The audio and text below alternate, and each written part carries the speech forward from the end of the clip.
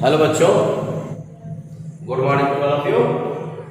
आज हम लोग पढ़ने जा रहे हैं धारा घनत्व। लेकिन मैं आपको थोड़ा सा बता दूं कि हमने जो इससे पहले क्या टॉपिक पढ़ा था। हम लोग पढ़ रहे हैं यूनिट 2। क्या पढ़ा है? यूनिट 2 यानी इकाई 2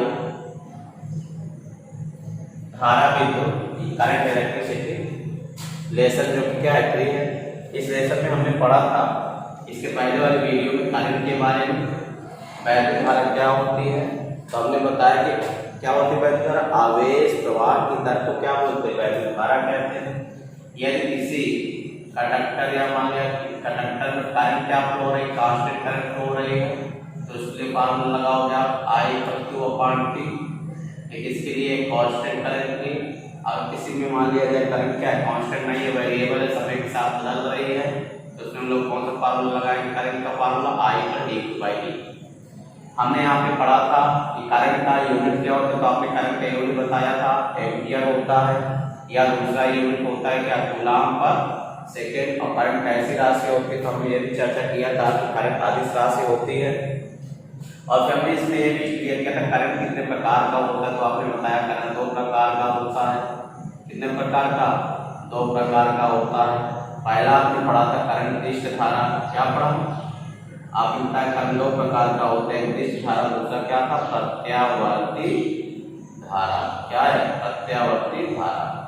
तो दिष्ट धारा को इंग्लिश में बोलते हैं डीसी करंट या डायरेक्ट करंट। क्या बोलते हैं? Direct current. प्रत्यावर्ती धारा क्या?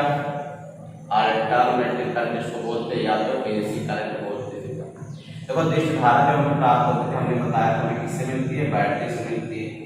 क्योंकि बैटरी से जब करंट चल रही होती है, तो बैटरी से अगर 1 एम्पीयर करंट हो रही है, तो बैटरी से 1 एम्पीयर करंट फ्लो होगी जब तक वो डिस्चार्ज नहीं हो जाती है। जब डिस्चार्ज हो जाती है तो अचानक करंट गायब हो जाती है इससे। अब प्रत्यावर्ती धारा क्या है? प्रत्यावर्ती धारा ये धारा को किससे मिलती है? ये ज्यादातर कुछ जनित्र से मिलती है। जनित्र मतलब जनरेटर जिसको कहते हैं, क्या बोलते हो? वैद्युत जनित्र से मिलती है, जनरेटर से मिलती है। और हमें हमारे खानों में प्रवाहित होने वाली धारा है वो भी कैसी धारा है? अल्टरनेटिव करंट है। ठीक, आपने इतनी चीजें पढ़ी थी। अब उसी के आगे हम लोग चल रहे हैं पढ़ने धारा घनत्व। धारा घनत्व क्या होता है? तो धारा घनत्व को इंग्लिश में कहते हैं करंट डेंसिटी। और धारा घनत्व की परिभाषा होगी, सुनो ध्यान से मेरे बच्चे, कि धारा घनत्व की परिभाषा क्या होगी।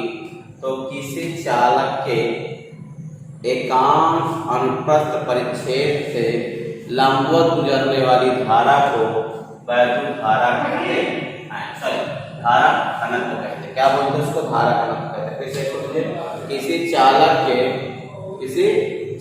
के अनुप्रस्थ परिच्छेद के एकांश क्षेत्रफल से लंबवत गुजरने वाली धारा को धारा घनत्व कहते हैं। और इसे किससे डिनोट करते हैं? जे से। अब देखो फार्मूला क्या होगा।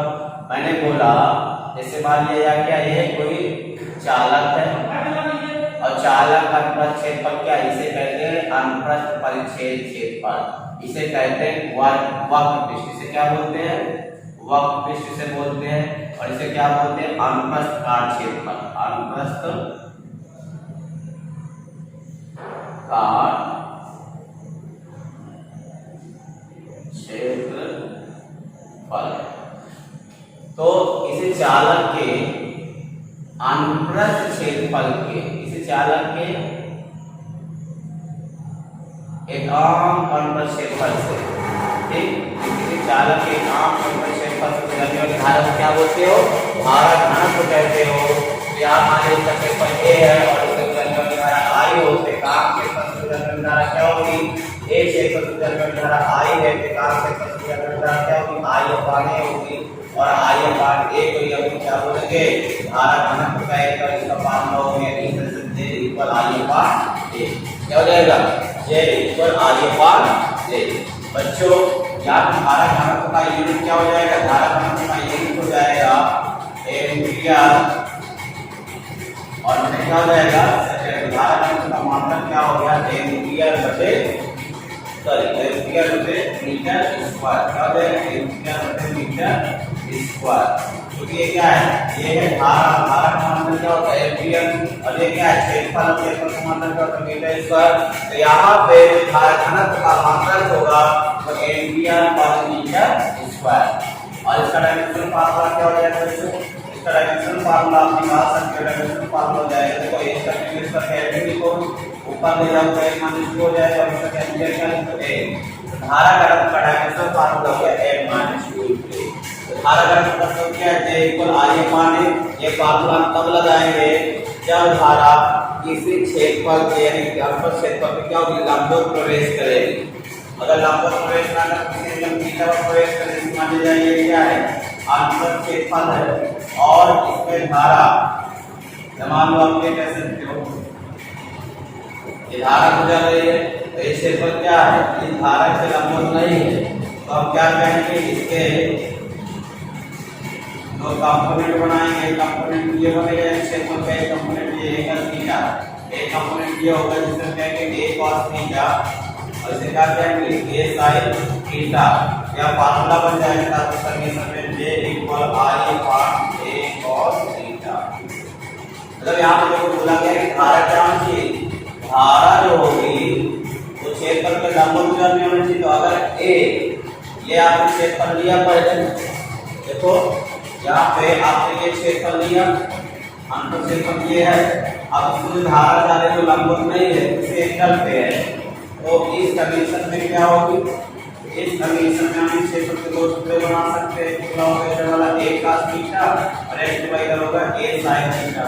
यहाँ पे देखो जो a cos थीटा है वो क्या है, धारा के लंबवत है, क्योंकि वही क्षेत्रफल लेना है धारा का क्या हो लंबवत। अपने लंबवत क्षेत्रफल a cos थीटा और a sin थीटा इसके पैरेलल है। अब ये धारा इससे नहीं पास हो तो इसका घातीय क्षेत्रफल का धारा का क्या हो जाएगा, 0 हो जाएगा। अर्थात कहने का मतलब है कि इस क्षेत्रफल से आपकी करंट गुजरेगी, उस क्षेत्रफल का धारा घनत्व होगा जिससे गुजरेगी तो धारा कितना हो जाएगा, 0 हो जाएगा। इस तरह से फार्मूला क्या होगा, J = I/a cos थीटा। अगर करंट क्षेत्रफल के लंबवत गुजर रहा है, जैसे मान लीजिए क्षेत्रफल है और इससे ये क्षेत्रफल a है और करंट से क्या है लंबवत गुजर रही है, ठीक है 90 पे, तो कितने पे 90 डिग्री पे गुजर रही है, करंट का धारा घनत्व का सूत्र लिखेंगे आप J = I/a। अगर करंट क्षेत्रफल के लंबवत नहीं गुजर रही है तब धारा घनत्व का फॉर्मूला लिखेंगे J = I/a cos थीटा। बच्चों यहाँ पे धारा घनत्व का मात्रक भी बताया गया एम्पियर पर मीटर स्क्वायर, और इसको जो बीमा होगा L - 2 × a होगी। लेकिन धारा घनत्व किस प्रकार की राशि होती है, धारा घनत्व होती है सदिश राशि। क्या होती है, धारा घनत्व कैसी राशि है, सदिश राशि।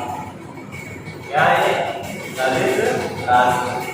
अगर ये सदिश राशि है, धारा घनत्व क्या, अगर सदिश राशि है तो इसका परिमाण तो आप सूत्र J = I/a या J = I/a cos थीटा से निकाल लोगे।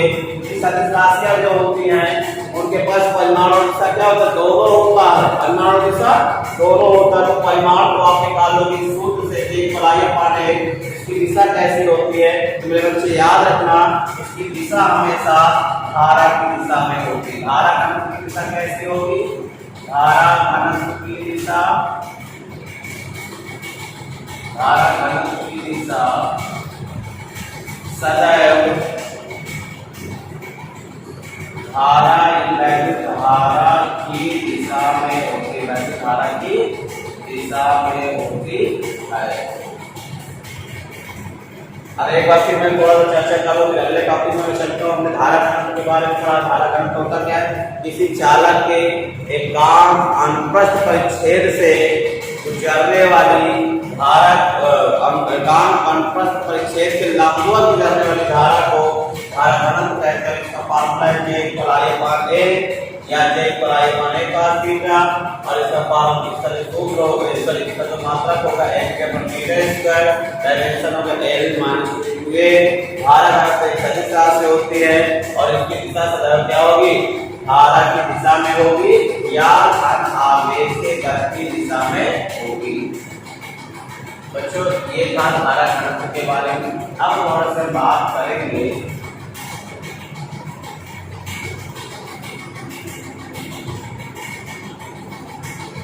क्रांतिकाल। क्या बात करेंगे हम, शाम काल, इसको इंग्लिश में कहते हैं रिलैक्सेशन टाइम। क्या बोलते हैं इसको? Relaxation time. और उससे हम लोग बात करेंगे यहाँ पे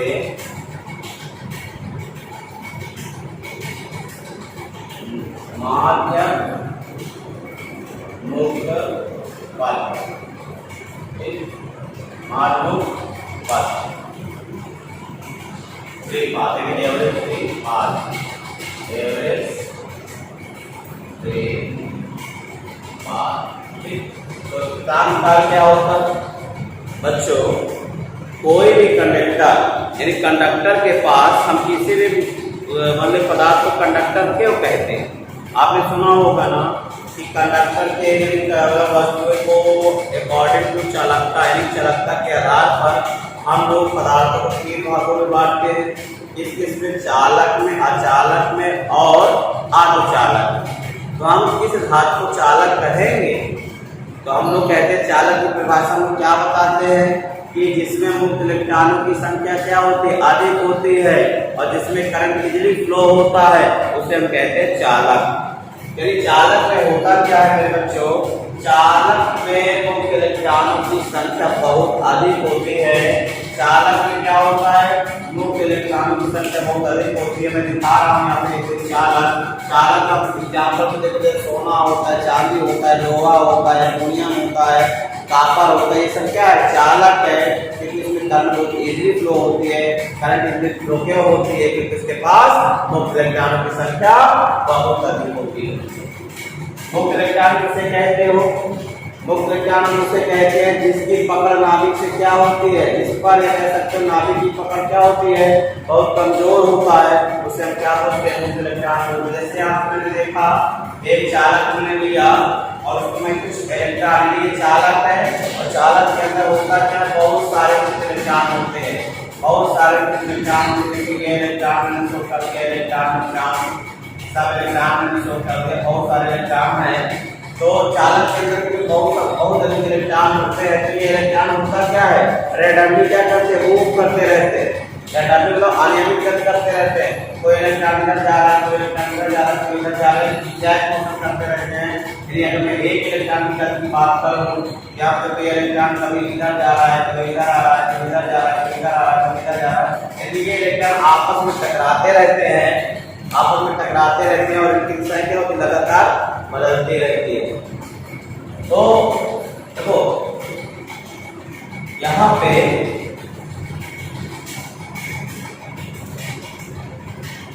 ये इलेक्ट्रॉन को कोई चालक करने का बहुत अधिक मुक्त इलेक्ट्रॉन होते हैं, और ये मुक्त इलेक्ट्रॉन बार बार जैसे कुछ खाना क्या है?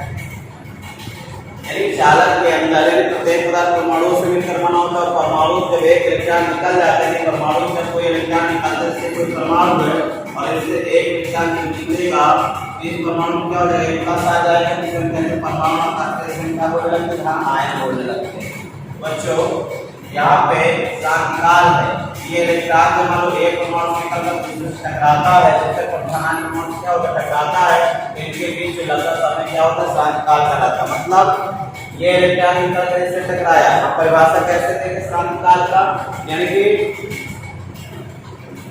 तो क्रमागत में इलेक्ट्रॉन को दो क्रमागत टक्करों के बीच लगने वाले समय को क्या बोलते हैं? शांतिकाल कहते हैं। क्या बोलते हैं? शांतिकाल की परिभाषा क्या होगी? दो क्रमागत टक्करों के बीच इलेक्ट्रॉन को दो क्रमागत टक्करों के बीच लगने वाले समय को क्या बोलते हैं? शांतिकाल बोलते हैं। और माध्यम क्या होगा? अपने शांतिकाल के दौरान वह जितनी तय करेगा उसका क्या कहलाएगा? माध्यम पद कहलाएगा। क्या कहलाएगा? माध्यम पद कहलाएगा। बच्चों क्या होगा? जैसे मान लीजिए ये इलेक्ट्रॉन यहाँ से निकलकर यहाँ गया, तो यहाँ से यहाँ तक उसको टकराने में समय लगेगा, वो क्या होगा? शांतिकाल। और अपने शांतिकाल का लोग किसे डिनोट करते हैं? टाउ। शांतिकाल किसे डिनोट करते हैं? टाउ से क्या बोलते हैं बच्चों? टाउ। शांतिकाल किसे डिनोट करते हैं? टाउ से क्या बोलते हैं? टाउ बोलते हैं। यानी दो क्रमागत में इलेक्ट्रॉन को दो क्रमागत इलेक्ट्रॉन को दो क्रमागत टक्करों के बीच लगने वाले समय को शांतिकाल बोलते हैं, टाउ करते हैं। तो अब इसी दो परमाणु टकराव के बीच जो इलेक्ट्रॉन अप्लाई करेगा वही क्या कहलाएगा, माध्यमिक पथ कहलाएगा। जैसे मान लीजिए एक कमरे में दीवार है और आप इस एक दीवार से पहली वाली दीवार से दूसरी को दौड़ना स्टार्ट कर दो, पहली दीवार से दूसरी दीवार तक आपको जाने में जो समय लगेगा वो क्या कहलाएगा, शांतकाल कहलाएगा। तो हमें दोनों दीवारों के बीच टकराने में जो समय लगा उसी को शांतकाल बोला, क्योंकि यहाँ तक आपको कोई परेशानी नहीं, आराम का समय था। शांतकाल में आराम का समय, दो क्रमागत टकराव के बीच लगने वाले समय को हम शांतकाल का और दूसरे एडी क्या माध्यमिक क्या होती है। तो ये शांतकालीन की जब पहली दीवार से दूसरी दीवार के बीच का डिस्टेंस है वो क्या होगा, माध्यमिक पथ होगा बच्चों। यानी दो दीवारों के बीच की दूरी क्या है, माध्यमिक पथ है। और इसी को बोला गया है कि शांतकालीन इलेक्ट्रॉन के द्वारा अपने शांतकाल की तय की गई दूरी को क्या बोलते हैं, उसको माध्यमिक पथ कहते हैं। और इसे हम लोग शो करते हैं किससे, लैम्डा से। अब अपने को आप कैसे लिखोगे, तो आप लिखोगे दो क्रमागत यानी इलेक्ट्रॉन को दो क्रमागत धनायनों के बीच लगने में, दो क्रमागत धनायन टकराने में जो समय लगता है उसे क्या कहते हैं, शांतकाल कहते हैं। और बाद में क्या अपने शांतकाल इलेक्ट्रॉन को अपने शांतकाल में तय की गई दूरी को माध्यमिक पथ कहते हैं। देखो माध्यमिक पथ का यहाँ मान लीजिए क्या कितनी तय करता है, लेकिन कोई अगर मान लीजिए और परमाणु दूसरी जगह से इलेक्ट्रॉन को इनके बीच कैसे क्या हो, दो धनायनों के बीच की गति कम ज्यादा लैम्डा कम और टेम्परेचर क्या हो ज्यादा होगा, लेकिन औसत जो लेंगे उसी को बोला जाता है क्या हो, दो इलेक्ट्रॉन दो धनायनों के बीच की दूरी को कांस्टेंट हो जाएगी।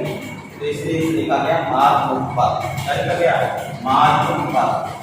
आपकी बात बहुत ही जरूरी मेरी आती आपके लिए आगमन वेग, जो कि बहुत इम्पोर्टेंट है। आगमन वेग क्या अपवाह वेग भी होते हैं, क्या बोलते हैं, वेलोसिटी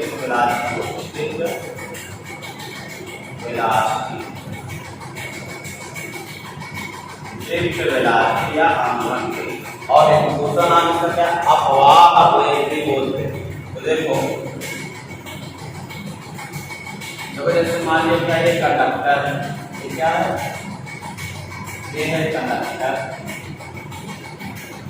और इसको हमने क्या किया, एक बैटरी से जोड़ दो, बैटरी को कैसे मान लो, जैसे आपने इसको बैटरी से जोड़ा इनके सिरों के बीच क्या होगा, पोटेंशियल भी स्थापित हो जाएगा। और इसमें क्या होगा, दोनों एक प्लस होकर माइनस हो जाएगा, एक इलेक्ट्रिक फील्ड जनरेट हो जाएगी प्लस से माइनस की ओर।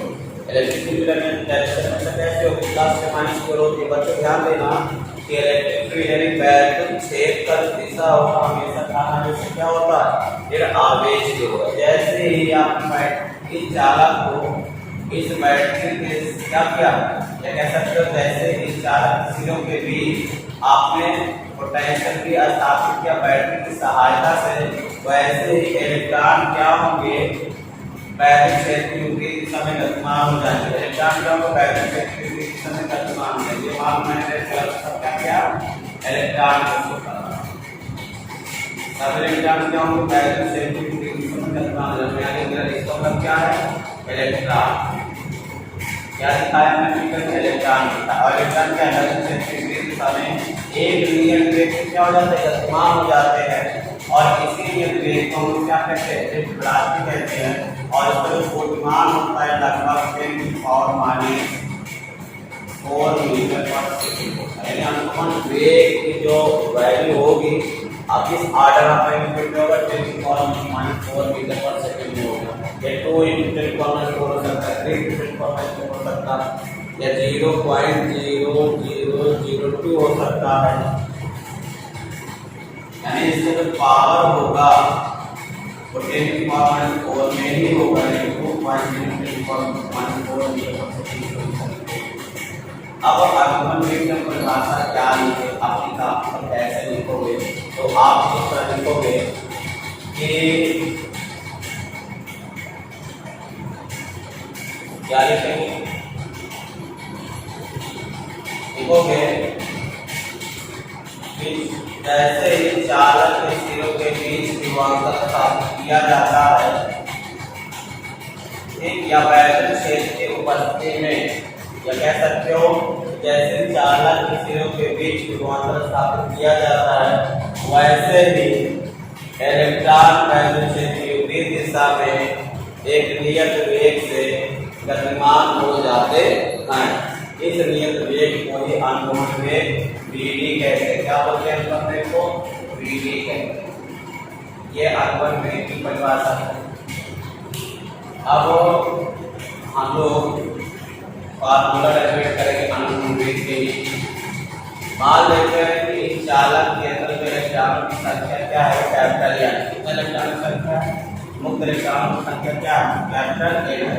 और इस चालक का क्षेत्र जो क्या मान लेते हैं? माना चालक का अनुप्रस्थ क्षेत्र बराबर कैपिटल ए और चालक की लंबाई क्या है? स्मॉल ए। तो जैसे बैटरी लगाते हो आप क्या करो? चालक के सिरों को जैसे बैटरी लगाते हो, चालक के सिरों के बीच, चालक के सिरों के बीच कितना बैटरी? चालक के सिरों के बीच क्या कह सकते हो?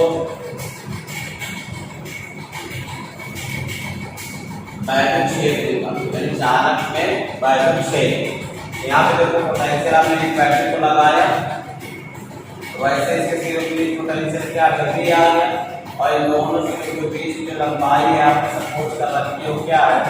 एल है। यहाँ से तक इसकी लंबाई क्या है? एल है। तो बैटरी क्षेत्र कितना हो जाएगा? E equal V by L. चालक में बैटरी क्षेत्र कितना आ गया? चालक में बैटरी क्षेत्र आ गया V equal V by L. और फार्मूला आपने लगाया E equal V by L formula, यानी विभवांतर अपान दोनों, लेकिन दो बिंदुओं के बीच विभवांतर अपान दोनों बिंदुओं के बीच की दूरी। यहाँ पे क्या है? ये दो एक ये सिरा और एक सिरा ये है। यहाँ पे चालक के सिरों के बीच विभवांतर भी और चालक के सिरों के बीच की दूरी तो क्या होगी भाई? कितना बैटरी क्षेत्र आ गया। अब इस बैटरी क्षेत्र के द्वारा प्रत्येक इलेक्ट्रॉन पर क्या लगेगा? फोर्स लगेगा। प्रत्येक इलेक्ट्रॉन पर क्या लगेगा? फोर्स। प्रत्येक इलेक्ट्रॉन पर फोर्स कितना लगेगा? प्रत्येक इलेक्ट्रॉन पर बैटरी पर कितना लगेगा? उसको फॉर्मूला क्या लगाओ? कैपिटल यानी बैटरी क्षेत्र के द्वारा प्रत्येक इलेक्ट्रॉन पर फोर्स लगेगा वो ये लगेगा। तो F equal E into capital E। तो प्रत्येक इलेक्ट्रॉन का त्वरण क्या हो जाएगा? प्रत्येक इलेक्ट्रॉन का त्वरण क्या हो जाएगा? त्वरण की फॉर्मूला क्या होता है? A equal F by F। अब बताओ ये F इक्वल क्या है? Small E into capital E by क्या हो गया? और यहाँ पे तो स्मॉल E की वैल्यू क्या? स्मॉल E की वैल्यू कैपिटल की वैल्यू V बाई F हो रखो V बाई F। ये क्या बन गया? प्रत्येक इलेक्ट्रॉन पर एक्सेलरेशन आया तो A equal small V by capital small E into V by F into R हो गया। बच्चे यहाँ पे मेन फॉर्मूला नहीं है। अब यहाँ क्या करेंगे? तो ऊपर से स्पेस करेंगे, यहाँ लिखना चाहूँगा। अब देखो क्या होता है? एक्सप्रेशन लिखा। अब हम निकालते हैं कि इलेक्ट्रॉन किस समय के बाद वेलोसिटी कितनी हो जाएगा? किस समय के बाद वेलोसिटी कितनी हो जाएगा? यदि मान लिया जाए कि इलेक्ट्रॉन का क्रांतिकाल यदि इलेक्ट्रॉन का क्रांतिकाल टाउ हो तब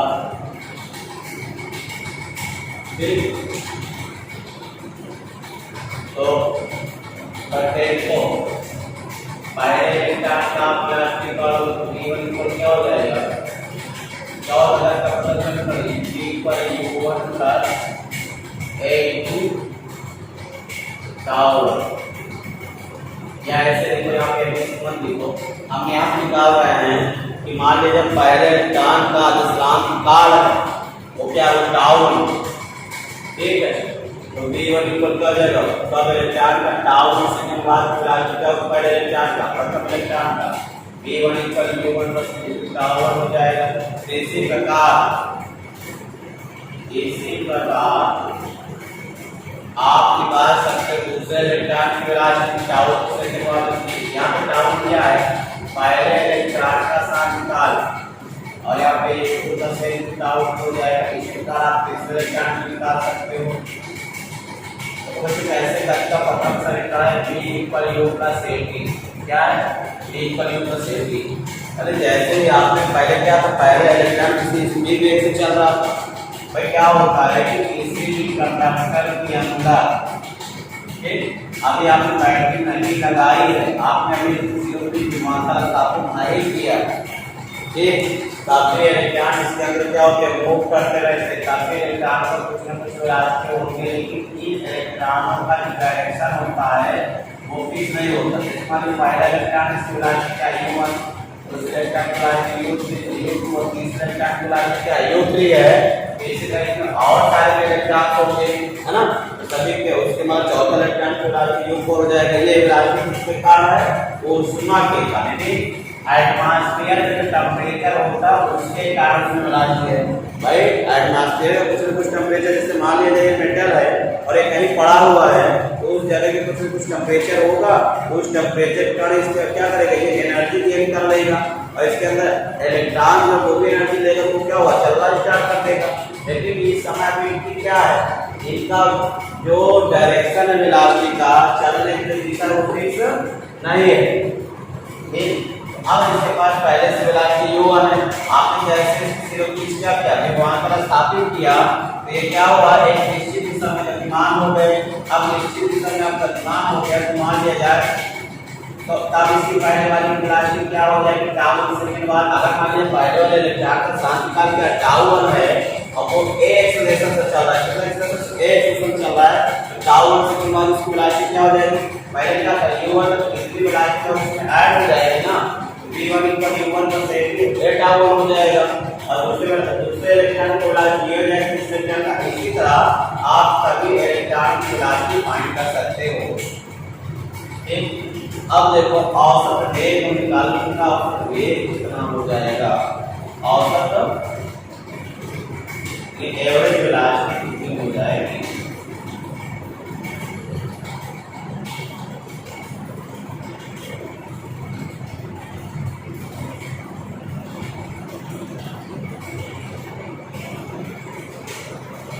कितना हो जाएगा, सबका वेलोसिटी को ऐड करो। अब मान लो इसमें कितने इलेक्ट्रॉन, n इलेक्ट्रॉन, कितने इलेक्ट्रॉन, ये चालक के अंदर उन इलेक्ट्रॉनों की संख्या क्या हो, कैपिटल एन हो या स्मॉल एन हो, कैपिटल एन मान लो ये लिखो। अब यहाँ पे क्या हो जाएगा, U1 plus a tau 1 plus U2 plus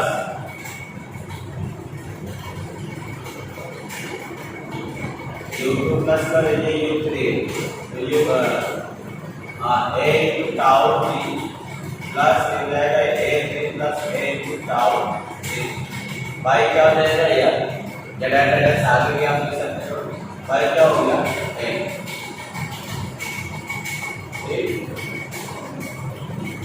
अब देखो